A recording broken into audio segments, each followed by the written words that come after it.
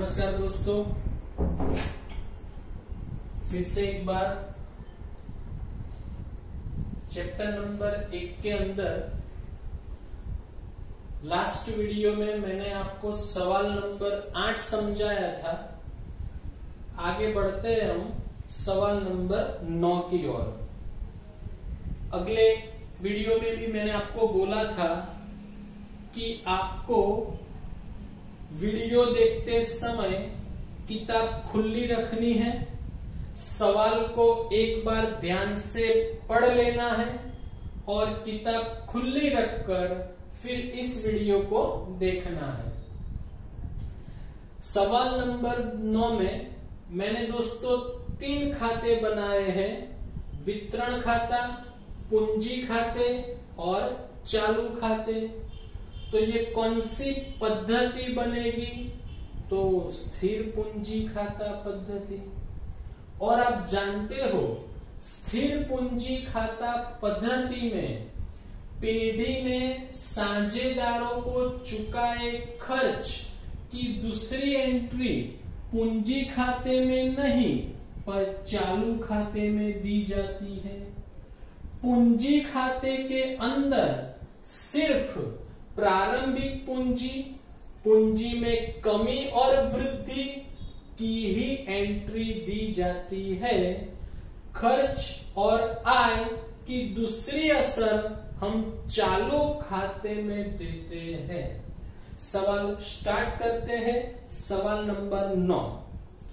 भद्रेश और हिरल एक पेढ़ी के साझेदार हैं। उनका लाभ हानि वितरण का अनुपात 3:2 है। तो वो लोग जो वितरण पात्र लाभ और हानि हमें मिलेगा उसे 3:2 में हम बांटेंगे। आगे बढ़ते हैं। तारीख 1/4/2016 को साझेदारों की कुल पूंजी 4,20,000 है। कुल पूंजी है, दोनों साझेदारों की टोटल पूंजी है और स्थिर पूंजी का अनुपात दिया है 4:3। तो दोस्तों हमें 4,20,000 जो पूंजी दी गई है उसे 4:3 में हमें बांटना है। तो दोस्तों गणना भी मैं थोड़ी आपको समझाता आगे बढ़ रहा हूं।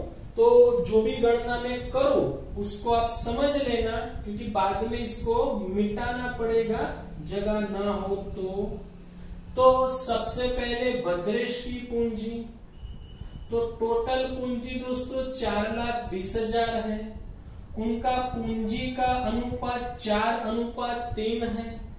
तो भद्रेश का भाग है 4 और बट्टे में आपको टोटल भाग लेना है 4 और 3 7। तो 4,20,000 को 7 से भागेंगे दोस्तों तो 60,000 आएगा। 60,000 गुणे 4 करेंगे 2,40,000 पूंजी भद्रेश की आएगी। उसी तरीके से दोस्तों हिरल की पूंजी कैसे ज्ञात करेंगे? तो 4,20,000, हिरल का भाग है 3/7। तो हिरल की पूंजी आएगी 1,80,000।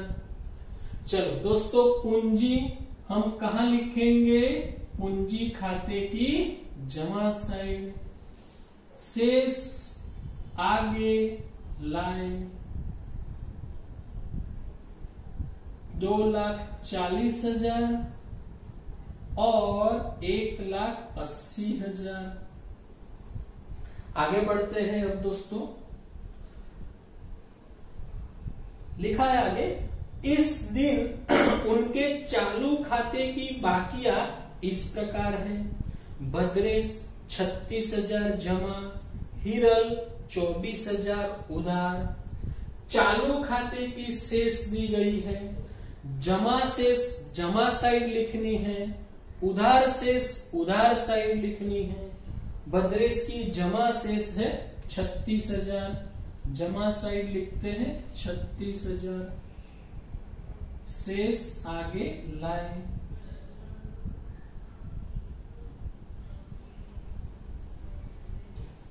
एक 4 16, 36,000। हिरल की है उधार शेष 20,000, सॉरी 24,000, उधार साइड लिखेंगे, शेष आगे लाए।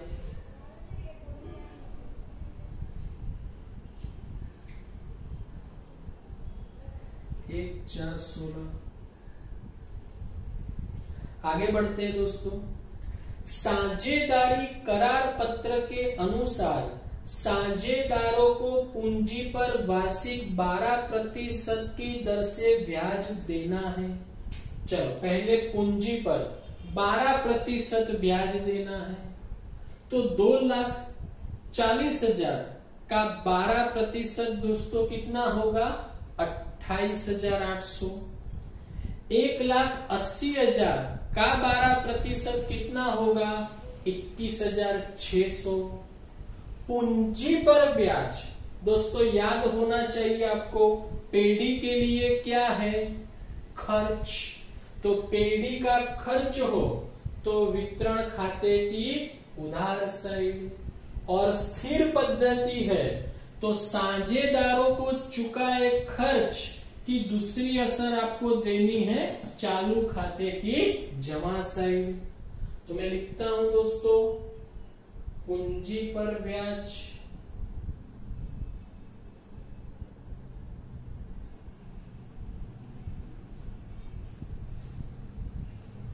भद्रेश 28,800, हिरल 21,600।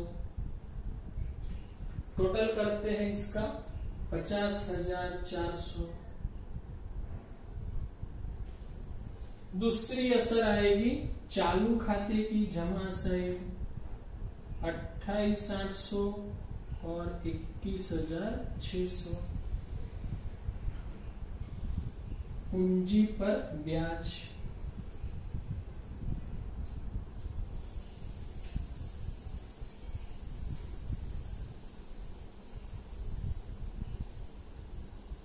इकतीस 3,17। आगे बढ़ते हैं दोस्तों। लिखा है तथा चालू खाते की प्रारंभिक शेष पर वार्षिक 10% की दर से ब्याज गिनना है।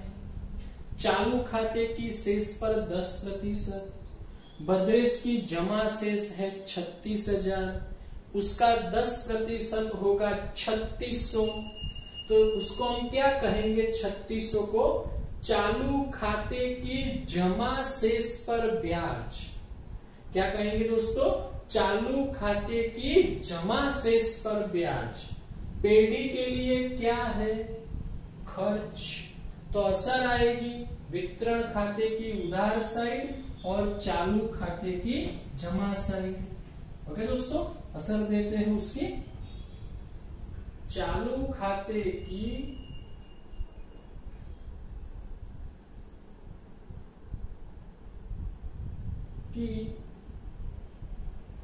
जमा शेष पर ब्याज।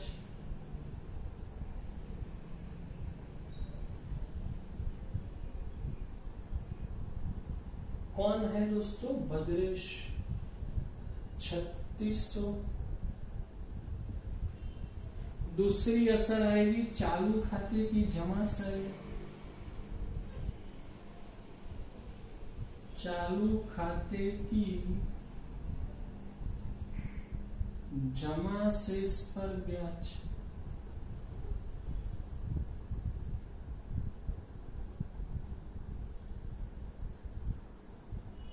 ₹3600।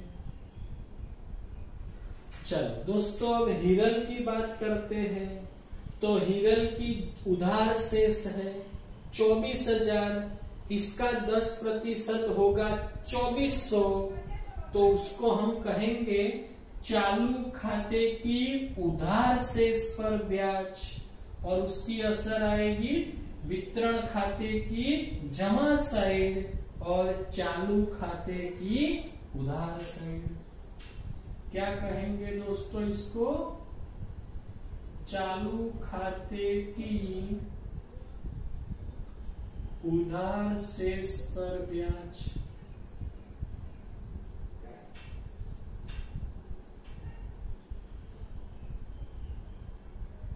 हिरल 2400,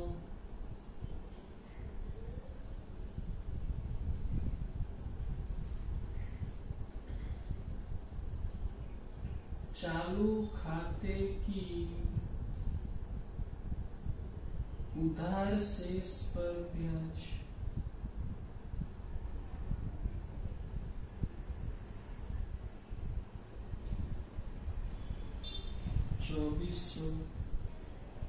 आगे बढ़ते हैं दोस्तों।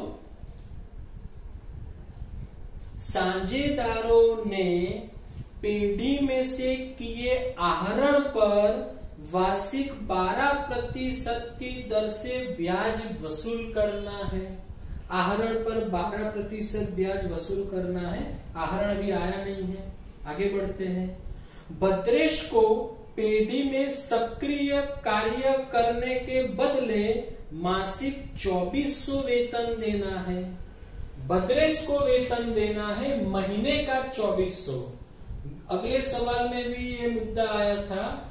हम हिसाब तैयार करते हैं 12 महीनों के, तो 2400 गुणे 12 करेंगे तो 28,800 आएगा। वेतन पेढ़ी के लिए खर्च है दोस्तों, तो वितरण खाते की उधार साइड भद्रेश का वेतन है। 2400 गुणे 12 करेंगे 28,800 आएगा। दूसरी असर आएगी वेतन 28,800 भद्रेश के कॉलम में आएगा। आगे बढ़ते हैं दोस्तों। भद्रेश ने तारीख 1/10/16 को 36,000 और हिरल ने 1/1/17 को 48,000 का आहरण किया है। दोस्तों आहरण दिया है तो आपको पता हो आहरण कहाँ लिखेंगे? चालू खाते की उधार साइड। और यदि अस्थिर पद्धति होती तो उसको आहरण को हम लिखते पूंजी खाते की उधार साइड। दोनों के आहरण में तारीख भी अलग है तो मैं अलग अलग आहरण लिखता हूं। 36,000 1/10/16 आहरण। फिर है हिरल में 48,000 1/1/17।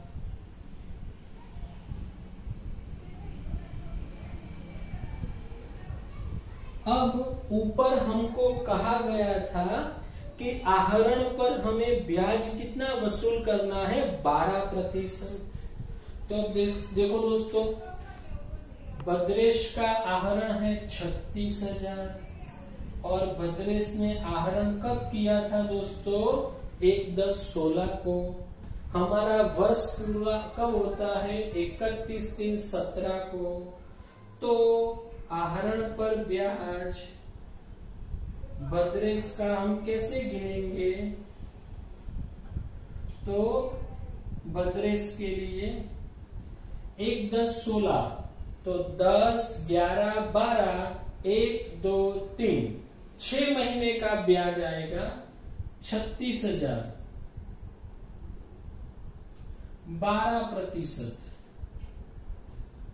और 6 महीने तो 12 कैंसल, 2 0 कैंसल। अब 360 गुणे 6 करना है तो रकम आएगी 2160 रुपए। आहरण पर ब्याज भद्रेश का। हिरल का गणना करते हैं 1/1/17 तो 3 महीने का ब्याज आएगा तो 48,000 12%, 3 महीने 3/12 तो 480 गुणा 3 करेंगे 1440 ब्याज आएगा। आहरण पर ब्याज पेढ़ी के लिए आय है, तो आय को हम लिखते हैं वितरण खाते की जमा साइड, और दूसरी असर देंगे चालू खाते की उधार साइड। आहरण पर ब्याज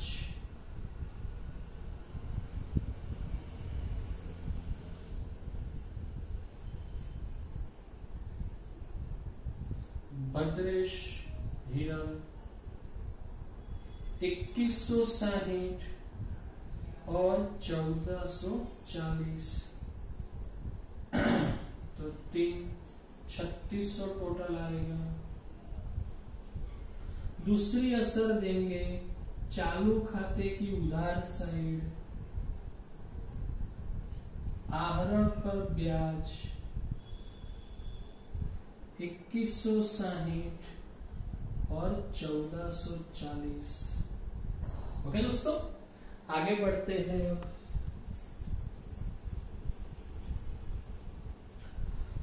आगे लिखा है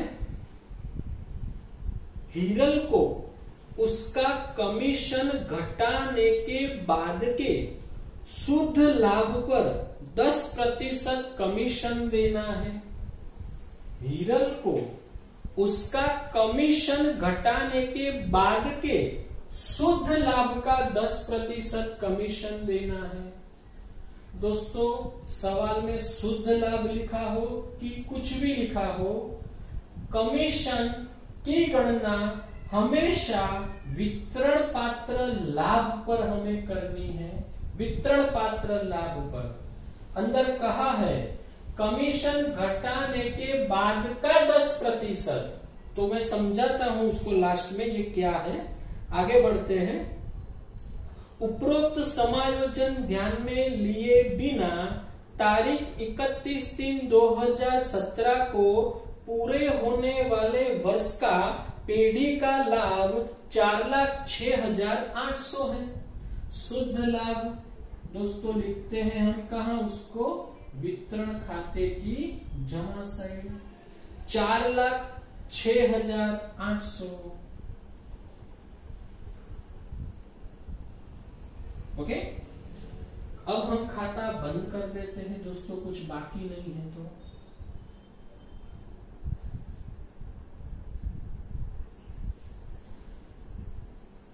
पांच 6 तो आएगा 4,12,800, 4,12,800। इसका टोटल करते 50, 53, 54 और 54। चलो मैं टोटल ही कर देता हूँ 008 शेष आएगी 1 4 और 8 12, 1 7 और 8 1 8। इसको घटा देते हैं अब, तो हमें वितरण पात्र लाभ कितना मिलेगा? वितरण पात्र लाभ घटाते इसको 0 0 0 0, 11 में से 8 गए तो 3 और 3, 3,30,000 वितरण पात्र लाभ आया।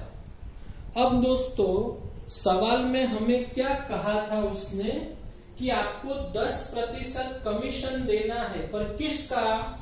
कमीशन घटाने के बाद के लाभ का। अब मुझे दोस्तों ये बताइए, ये जो 3,30,000 है उसमें से हमने कमीशन अभी घटा दिया है कि घटाने का बाकी है? तो क्या बाकी है, तो ये लाभ जो है वो घटाने के बाद का नहीं है, घटाने से पहले का है। तो हमें तो 10% कमीशन किसका लेना है? घटाने के बाद के लाभ का, और ये लाभ तो घटाने से पहले का है, तो हम इसका 10% ले सकते नहीं है। इसीलिए दोस्तों याद रखना, सवाल में आपको कहा हो कमीशन घटाने के बाद, तो आपको लाभ ज्ञात करने के लिए एक सूत्र का उपयोग करना है और उसके आधार पे आपको कमीशन ज्ञात करना है। तो हिरल का कमीशन ज्ञात करना है सूत्र के आधार पे। हिरल का कमीशन दोस्तों आपको सूत्र लेना है, लाभ गुणे कमीशन के प्रतिशत बट्टे में 100 प्लस कमीशन के प्रतिशत। ओके दोस्तों, ऊपर गुणा है और नीचे प्लस है, ध्यान रखना दोस्तों जरा इसका। चलो अब इसकी गणना, मानो कि दोस्तों आपको दिखाई न देती हो वीडियो में, फिर भी मैं बोलता हूं, याद रखना 3,30,000 गुणा 10 बट्टे में 100 प्लस 10 यानी 110 होगा। तो हमारा कमीशन आएगा दोस्तों 30,000 रुपए। ओके, तो हिरल को कमीशन देंगे तो पेड़ी का खर्च है, तो वितरण खाते की उधार साइड लिखेंगे कमीशन हिरल। उसकी दूसरी असर देंगे चालू खाते की जमा साइड, कमीशन हिरल का 30,000। अब हमारा लाभ था 3,30,000, उसमें से 30,000 हमने कमीशन चुकाया, तो हमारा वितरण पात्र लाभ होगा 3 लाख। इसको हम वितरण पात्र लाभ, इसको हम क्या करेंगे दोस्तों, लाभ हानि के वितरण में बांट देंगे। तो लाभ हानि का अनुपात कितना था दोस्तों, 3:2। तो 3 लाख को बांटेंगे तो आएगा 1,80,000 और 1,20,000। वितरण पात्र लाभ की दूसरी असर हम देंगे चालू खाते की जमा साइड, वितरण पात्र लाभ 1,80,000 और 1,20,000। चलो दोस्तों, पूंजी खाता हम बंद करेंगे तो यही रकम आगे जाएगी। मैं लिखता नहीं हूं, आप लिख लेना। यहां 2,40,000 आएगा, 1,80,000 आएगा। सामने हम दोस्तों लिखेंगे शेष आगे ले गए, ले गए। जमा शेष है दोस्तों, इसको ले जाएंगे पूंजी दायित्व में, पूंजी दायित्व में जमा शेष है। चलो उसी तरीके से अब हम चालू खाता बंद करेंगे। तो चालू खाते में जिस साइड का टोटल अधिक हो वो पहले करना है। तो जरा देखो भद्रेश में किस साइड का टोटल अधिक लगता है, तो जमा साइड का। दोनों में जमा साइड का टोटल ही अधिक है दोस्तों। तो आप जरा ये आंसर ज्ञात कर लेना आप लोग। मैं यहां लिखता हूं शेष आगे ले गए। और दोस्तों ये कौन सी शेष बनेगी, जमा शेष। तो याद रखना चालू खाते की जमा शेष कहाँ ले जाएंगे हम, पूंजी दायित्व में। ओके दोस्तों।